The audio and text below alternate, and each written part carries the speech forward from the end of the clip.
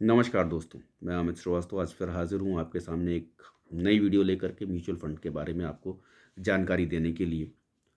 ये video basically है beginners के लिए, जिनके मन में तमाम शंकाएँ होती हैं और जो सोचते हैं म्यूचुअल फ़ंड सिर्फ़ अमीरों के लिए है, गरीबों के लिए नहीं है या जो जानकार नहीं है उनके लिए नहीं है।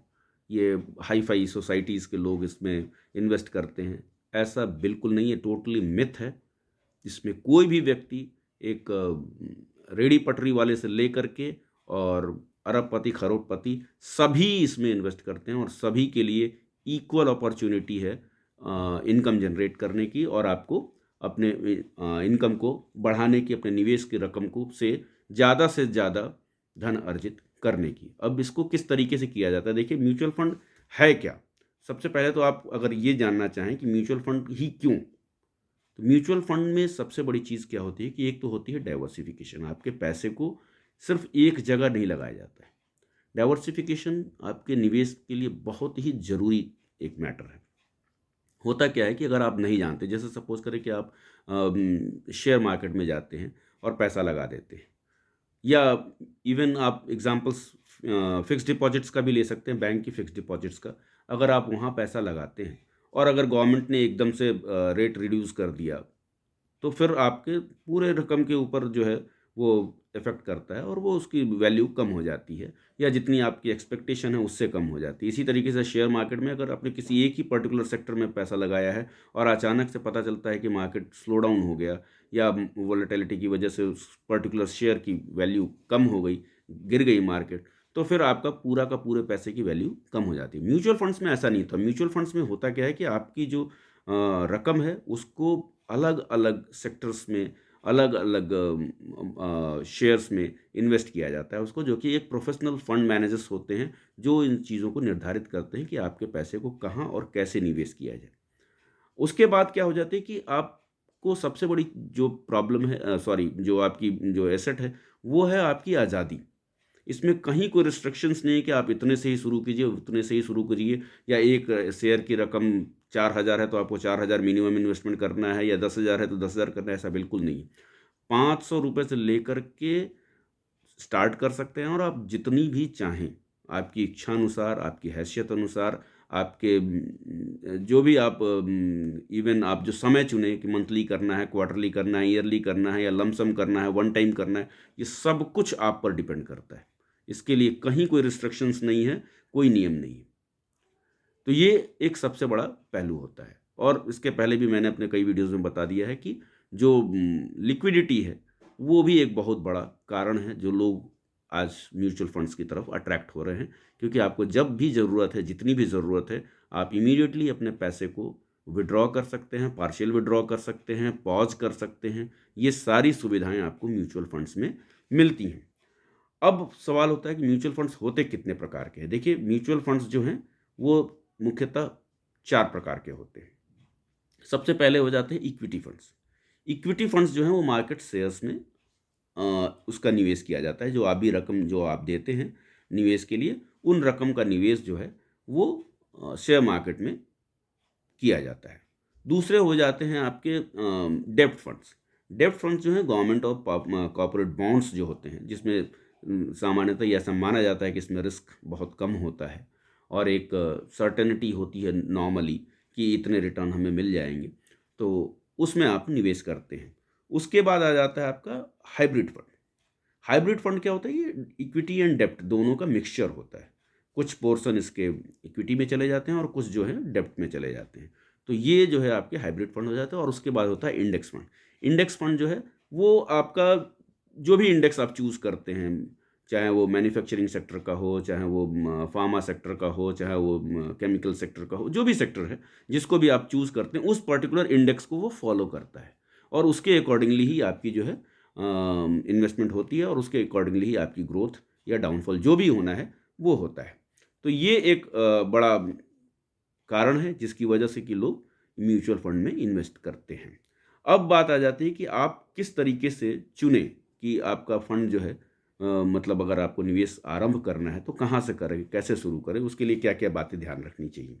देखिए, सबसे पहली चीज़ तो ये है कि आपको अपना गोल सेटअप करना है कि आप ये जो निवेश कर रहे हैं उसका टारगेट क्या है, क्यों कर रहे हैं आप अपने रिटायरमेंट के लिए कर रहे हैं, आप बच्चों की शादी के लिए कर रहे हैं, या फिर उनके पढ़ाई के लिए कर रहे हैं, शिक्षा के लिए कर रहे हैं, घर बनाने के लिए कर रहे हैं, गाड़ी लेने। इसको सबसे पहले निर्धारित करना पड़ेगा, और उसके बाद आपका समय, कि ये आप कितने समय के बाद आपको ये लक्ष्य प्राप्त करना है। आपके लक्ष्य को हासिल करने में अभी 10 साल का समय बचा है, या 15 साल का समय बचा है, 2 साल का समय बचा है, 4 साल का समय बचा है, ये आपको सबसे पहले निर्धारित करना है। उसके बाद आ जाता है आपकी अपना रिस्क प्रोफाइल। देखिए कि भाई आप किस एज फैक्टर में आते हैं, किस एज ग्रुप में आते हैं, आपको रिस्क लेने की एपेटाइट आपकी कितनी है। आप हाई रिस्क में जा सकते हैं, या आपकी रिस्क लेने की क्षमता मीडियम। रिस्क का मतलब क्या होता है, देखिए कई बार लोग रिस्क का मतलब समझते हैं कि पैसा डूबने की प्रायिकता। ऐसा नहीं है। रिस्क का मतलब ये हो जाता है कि इक्विटी फंड्स में नॉर्मली ये माना जाता है कि मार्केट में वॉलेटिलिटी बहुत ज़्यादा होती है। तो अगर आप लंबे समय तक के लिए अगर आप निवेश करते हैं, तो वो मार्केट की एवरेजिंग की वजह से, रुपीज़ की एवरेजिंग की वजह से, या आपकी इन्वेस्टमेंट है उसकी एवरेजिंग की वजह से, वो लॉन्ग टर्म में आपको नुकसान नहीं पहुंचाता है। लेकिन अगर आप फ्रीक्वेंटली अगर आप विड्रॉ कर रहे हैं, या बिल्कुल कम समय के लिए 2 साल के लिए 1 साल के लिए अगर आप इन्वेस्ट कर रहे हैं, तो वहाँ पर आपको पैसे को लॉस करने में जाने का चांसेस ज़्यादा हो जाता है। इसीलिए ये सलाह दी जाती है कि जब भी आप इक्विटी फंड्स में इन्वेस्ट करें, चाहे वो लार्ज कैप हो, मिड कैप हो, स्मॉल कैप है, कोई भी हो, तो उसमें आप लंबे समय के लिए कम से कम 5 साल से 7 साल तक का निवेश का आप गोल ले करके चलें। डेब्ट फंड या में आप कर सकते हैं, क्योंकि वो कंपैरेटिवली कम रिस्क के होते हैं, लो रिस्क के होते हैं। तो वहाँ पर आप 1 साल, 2 साल, 3 साल का भी समय लेकर के चल सकते हैं। अब बात आ जाती है कि इसमें हाँ, एक चीज़ और देखना है कि आपका जो जिस भी फंड को आपने चुना है, उसमें एक्सपेंस रेशियो कितना है। कहीं एक्सपेंस रेशियो, किसी फंड्स में एक्सपेंस रेशियो बहुत ज़्यादा होते हैं, तो वो भी देखना है आपको। फिर उसके 3 से 5 साल का कम से कम आप परफॉर्मेंस देखें कि किस तरीके का ये फंड परफॉर्म करता रहा है, रेगुलरली अच्छा परफॉर्म किया है या नहीं, कंसिस्टेंसी उसके अंदर है कि नहीं। कई बार फंड्स जो होते हैं कहीं तो बहुत अच्छे परफॉर्म करते हैं, और अगले साल पता चलता है कि एकदम से धड़ाम गिर गए हैं। तो ऐसे फंड से आपको बचना है। इन चीज़ों को आपको ध्यान देना है। माफ़ कीजिएगा। उसके बाद आप निवेश आरंभ कैसे करेंगे, तो सबसे पहले जो भी पहली बार का इन्वेस्टर है, उसको सबसे पहले अपनी एक केवाईसी करवानी होती है, जो कि आप नॉर्मली किसी भी फाइनेंशियल सेक्टर में इन्वेस्टमेंट के लिए जाते हैं तो करना पड़ता है। म्यूचुअल फंड इंडस्ट्री में सिर्फ एक ही बार आपको एसआईपी करनी होती है, और वो भी अलग अलग फंड हाउसेस के लिए अलग अलग करने की ज़रूरत नहीं है। अगर आपने एक बार कर लिया, तो किसी भी फंड हाउस में, चाहे वो आईसीआईसीआई हो, एचडीएफसी हो, एसबीआई हो, रिलायंस हो, तमाम कोई भी हो, आप सब में किसी में भी इन्वेस्ट कर सकते हैं। आपको एक बार केवाईसी करने की आवश्यकता होती है, और उसके बाद जो है आप अपना अकाउंट खोलते हैं किसी भी म्यूचुअल फंड एडवाइज़र के थ्रू, या आप एसेट मैनेजमेंट कंपनी में जा कर के वहाँ पर भी आप अपने एसआईपी का या लमसम इन्वेस्टमेंट का आरंभ कर सकते हैं। इसके लिए कोई डीमेट अकाउंट की ज़रूरत नहीं होती है। अब बात आ जाती है कि नॉर्मली वही मैंने जो पहले बोला कि बहुत सारे लोगों में गलतफहमी रहती है कि भैया ये तो केवल धर्मी लोगों के कम है, हाई फाई रिस्क होती है, ये है वो है। ऐसा कुछ भी नहीं है। ना आपको किसी ब्रोकर की ज़रूरत है, ना किसी डिस्ट्रीब्यूटर की ज़रूरत है। हाँ, अगर जब तक आपको प्रॉपरली आप इन चीज़ों को समझ नहीं लेते, तब तक आप डिस्ट्रीब्यूटर्स के थ्रू जा सकते हैं। अदरवाइज़ आप स्वयं भी तमाम माध्यम उपलब्ध हैं इंटरनेट पे, जिनके माध्यम से आप निवेश आरंभ कर सकते हैं। लेकिन ये ज़रूर मैं आपको एडवाइस करता हूँ कि जब तक आपको मार्केट की पूरी समझ ना हो, म्यूचुअल फंड की इन्वेस्टमेंट के बारे में आपको बहुत ज़्यादा जानकारी ना हो, तब तक आप निश्चित रूप से अपने किसी डिस्ट्रीब्यूटर फ्रेंड्स या किसी म्यूचुअल फंड एडवाइज़र के थ्रू ही अपने पैसे को लगाएं। उसके बाद आ जाता है कि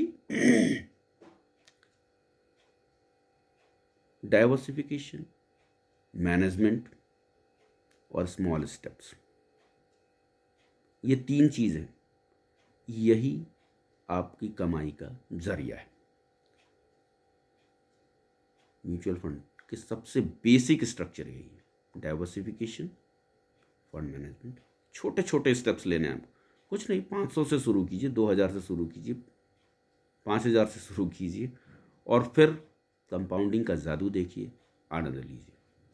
तो दोस्तों, ये होता है आपके म्यूचुअल फंड इन्वेस्टमेंट के आरंभ होने का करने का तरीका हमने जो बताया आपको। उम्मीद है आपको बातें समझ में आई होंगी। आप लोग जब भी म्यूचुअल फंड इन्वेस्टमेंट में कुछ राय जानना चाहें, कुछ जानकारी लेना चाहें, तो आप लोग हमारी इस वीडियो में कमेंट के माध्यम से आप प्रश्न पूछ सकते हैं और मैं पूरी कोशिश करूंगा कि हर एक प्रश्न का, हर एक कमेंट का जवाब दूं और आपके जो भी डाउट्स हैं उसको दूर करूं। तो दोस्तों, आज के लिए बस इतना ही। अगली वीडियो में फिर मिलेंगे और ये बात ज़रूर ध्यान रखिएगा, म्यूचुअल फंड में कोई रिस्क नहीं है। ये बिल्कुल गरीबों के लिए भी है, अमीरों के लिए भी है, मध्यम वर्ग के लिए भी है, सभी के लिए है। और अगर आपने समझदारी से निवेश किया तो कहीं कोई रिस्क नहीं है। अगर आपको लंबे समय में अच्छी इनकम चाहिए, अगर आप चाहते हैं कि आप मात्र 10,000, एक बहुत अच्छा उदाहरण है कि अगर 10,000 रुपये आप एक SIP स्टार्ट करते हैं यंग एज में, और अगर 20 साल भी आप कर सकते हैं, तो आप ये मान के चल सकते हैं कि आपके अकाउंट में 20 साल बाद 1 करोड़ रुपए ज़रूर हो सकते हैं। तो दोस्तों, आज के इन्हीं कोट्स के साथ मैं अपनी बात को ख़त्म करता हूँ और इसी तरीके से आप मेरे वीडियोज़ को लाइक करते रहिएगा, ज़रूर सब्सक्राइब कीजिएगा और अपने दोस्तों में शेयर भी कीजिएगा। हिम्मत बढ़ती है मेरी। धन्यवाद। नमस्कार।